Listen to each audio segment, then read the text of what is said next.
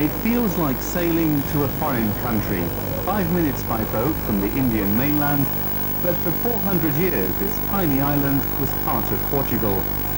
Little more than a generation of Indian rule has only scratched the surface. Until as recently as 1961, the Portuguese flag flew over this sea fort. Portuguese soldiers were garrisoned inside. This island has seen its share of battle down the decades. The fort church still bears the scars of the last battle for Dew. This fort was built 4.5 centuries ago as the bastion of Portuguese rule. It was bombed by the Indian Air Force 35 years ago to force the Portuguese out. But the people of Dew are now benefiting from the legacy of the colonial era. The first Portuguese governor of Dew stands sentinel outside the Indian administrative headquarters. Inside, the district magistrate ploughs through piles of forms in Portuguese. Through a quirk of colonial history, almost every local resident is eligible for a Portuguese passport, and every working day, half a dozen or more apply. We expect that around 14,000 persons from Dew are working in Lisbon, UK, Mozambique, East Africa, and some other countries. I don't think there will be any place in India where so many people from such a small place would be residing abroad.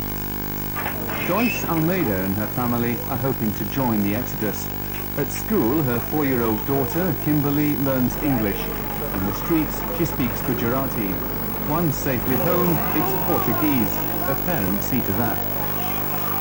I think so she will get a Portuguese passport. But the main thing is that I want to speak Portuguese anyhow.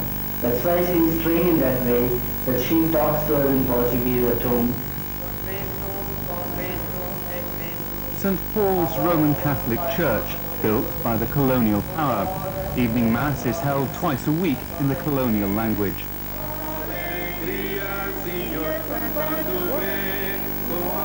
The congregation is slowly dwindling, but unlike India's other former Portuguese enclaves, loyalty to the colonial power is not restricted to Catholics. Many Hindus also have immense nostalgia for the old era. Whatever we do is instinctively Portuguese. Whether we call it Portuguese or not, it is instinctively Portuguese. And that makes us look separate from the Indian culture. And that is why we feel that I am more Portuguese than Indian. It looks like a small provincial Portuguese town, and for many of its 40,000 population, that's what it still is. Andrew Whitehead, BBC News, Dew in Western India.